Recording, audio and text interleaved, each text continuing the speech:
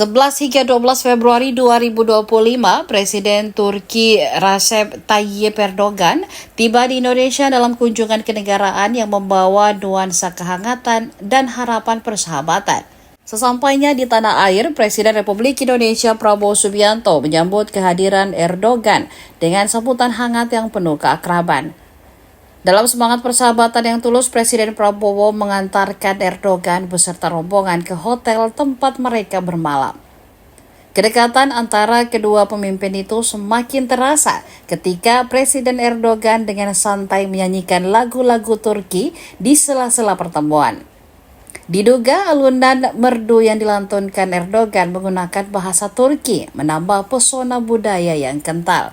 Sementara itu, Presiden Prabowo Subianto tersenyum tulus dan bertepuk tangan menyambut harmonisasi budaya yang menyatukan dua bangsa itu.